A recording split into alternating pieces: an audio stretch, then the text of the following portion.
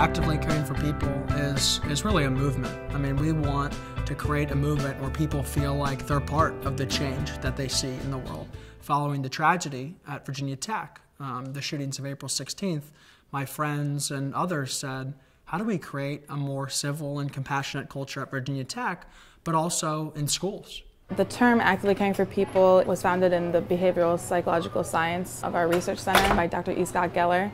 After the shooting at Virginia Tech, we decided we'd approach Dr. Geller and asked if we could find a way to apply it to our community at school and other schools. We said, what if every time we saw someone go above and beyond, we took an actively caring wristband, passed it to that person and said, hey, pass it on to somebody else that you see doing something kind.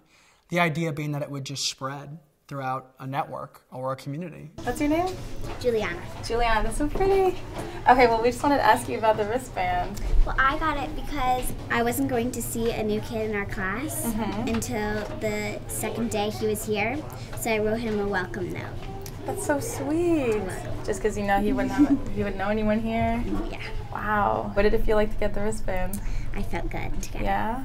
So you think of the impact of just knowing, I did something caring, it was recognized, and it mattered. And that's what we all want to know, that our actions matter in some way. People care. That's not the problem. It's actively caring. I think kids are getting better, but we're really trying to help kids understand that if they see something, they need to say something rather than just kind of letting it continue. Because a lot of them will say, we didn't do that, but they didn't stop it either. Someone was bullying someone, and I thought, and it wasn't even her friend, and she went up and said, that's not nice. You should really stop. Wow. And I thought that was really nice, so I gave her the wristband. And what'd she say? She said, thank you very much. Oh, wow. I'm very glad you noticed. Do you think you're excited to give it to her because you knew what it felt like to get the wristband from him? I know it's very exciting to get the wristband. You're like, oh, neat. How do we help people feel genuine about that? How do we make that part of their values? How do we make it something that everyone wants to do? As we say with our lessons, is AC4P is really, it's hard. It's something you have to learn, you have to practice it, you have to get better at it. We train university students who then go into their local high schools, and those high school students then work with local middle school and middle school with elementary, and that tiered approach is really promoting that idea of empowerment. You don't just come into a culture and tell people how to change it. You give them the tools to shift their own. So what would you feel in an ideal community? Safe. Safe. Happy. Proud. Cared for. Oh gosh.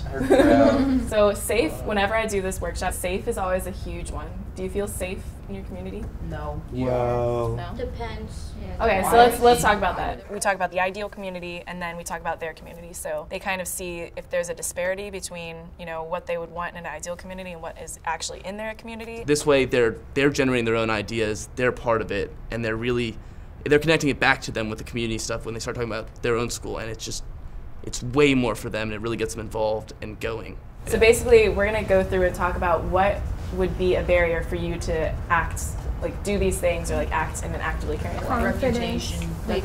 confidence, Confidence, yeah. insecurity. What is preventing them from actively caring, from getting to that ideal state? So many different groups with so many diverse populations, we always get the same answers. The same things kind of prevent people from actively caring, and once you identify those and show them that they're not that big or scary, that you can get past them. Once these high school students are trained, we'll give them the lesson plans, the scripts, the activities for bringing it into the middle schools. Teachers are stressed. They don't have time. They don't want to go through another training.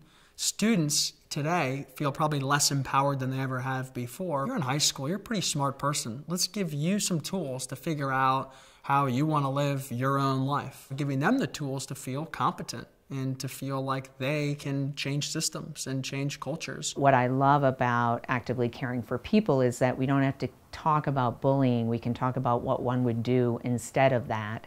And that's a really powerful piece, because if everybody is busy worrying about, am I being kind, am I being giving, am I following the core virtues, then it doesn't leave a lot of room for you to be doing hateful behavior. A lot of the students are, they're finished with the word bullying, and they want to know, well, what else can you do? This was a different alternative into just bringing students together and looking at your community and how how that can change. We're guided by the idea that we are going to build the most effective strategies for people to care in schools, that nobody's going to come close to what we're doing because our end goal is to impact the person. My hope is that students are going to be actually, acknowledging one another. Most importantly, I think that idea of connectedness with one another, that students are really feeling a sense of that this is my school community, and I am welcome here, I am wanted here, and that I belong here.